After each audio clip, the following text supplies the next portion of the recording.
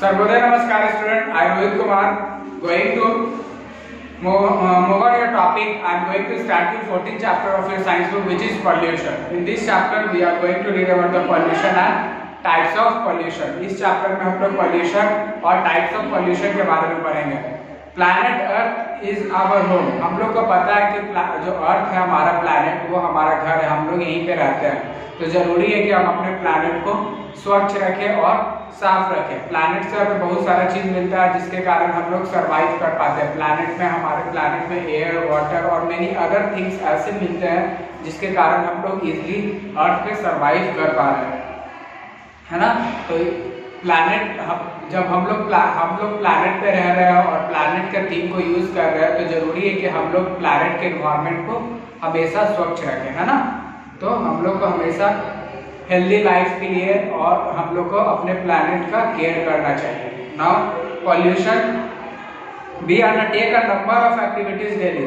हम लोग रोज नंबर ऑफ एक्टिविटीज रोज करते हैं। Often our activities make the environment dirty, और हमारे एक्टिविटीज के कारण एनवायरनमेंट जो है वो डर्टी होता है। For example, smoke from factories make the air unclean. जो फैक्ट्रीज से स्मोक वगैरह निकलते हैं वो एयर को अनक्लीन बनाते हैं, मतलब डर्टी बनाते हैं। और washing clothes in the river make the river water dirty. और जो हम लोग क्लोथ्स रिवर में धोते हैं उससे क्या होता है, रिवर वाटर जो होता है वो डर्टी होता है। इससे क्या होता है, एयर पॉल्यूशन और water pollution. To pollute means to make something dirty. Pollute का मतलब होता है किसी भी चीज को डर्टी करना।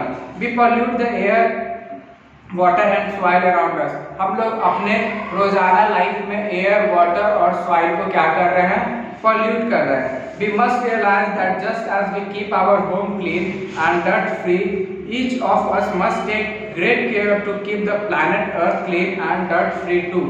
हम लोग को जैसे अपने घर को क्लीन रखते हैं उसी तरह जरूरी है कि हम अपने प्लैनेट को भी क्लीन रखें, क्योंकि अगर प्लैनेट ही नहीं रहेगा तो हम लोग कहाँ से सर्वाइव कर पाएंगे।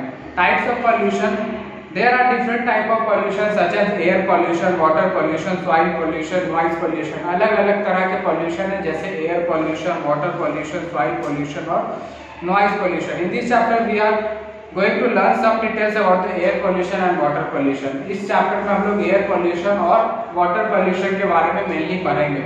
air pollution हम अभी बता रहे हैं, डस्ट, स्मोक जो फैक्ट्रीज वगैरह से निकलते हैं उससे एयर पोल्यूशन होते हैं। Presence of pollutants such as smoke or dust in the air is called air pollution।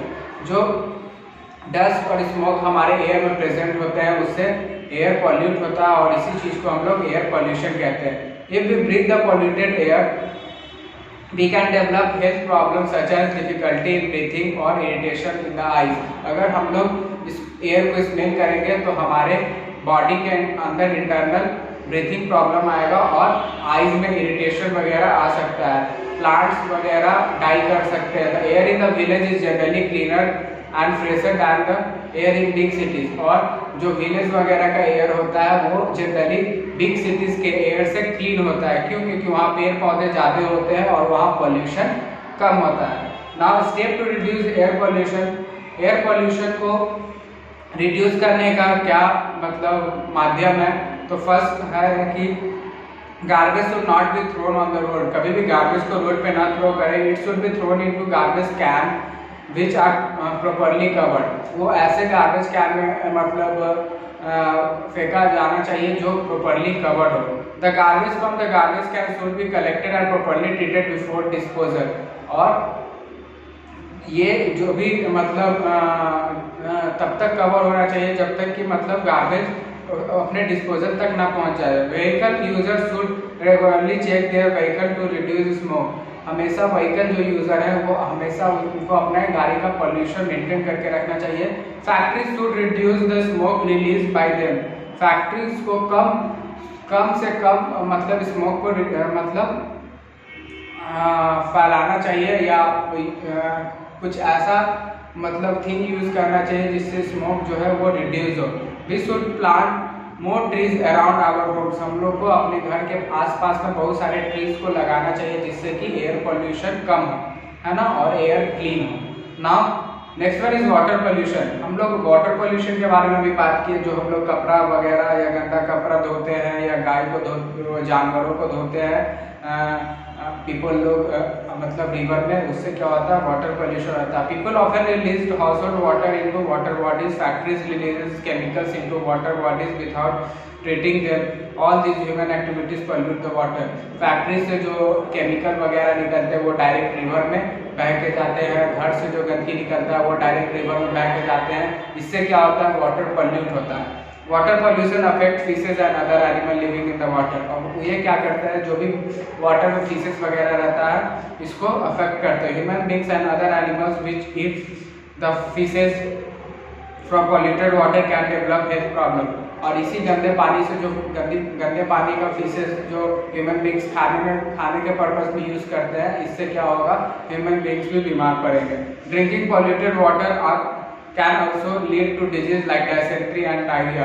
और हम लोग अगर गंदा पानी पिएंगे तो डायसेंट्री और डायरिया होने का भी खतरा हो सकता है। We can reduce water pollution by making sure that garbage and waste products are not released from home and factories directly into the water bodies। अगर हम लोग डायरेक्टली वाटर बॉडीज में या वाटर बॉडीज किसी भी ड्रेनेज वगैरह में अगर कोई भी गार्बेज या कोई गंदगी ना फेंके तो वो रिवर तक नहीं पहुंच पाएगा। इससे हम लोग वाटर पॉल्यूशन होने से बचाव कर सकते हैं। They must undergo treatment before they are released into water bodies। और ये क्या होगा, इससे वाटर पोल्यूशन कम होगा और वाटर बॉडी से ये मतलब जो भी गार्बेज या जो भी गंदगी है, जो भी वेस्ट मटेरियल है वो रिलीज होगा।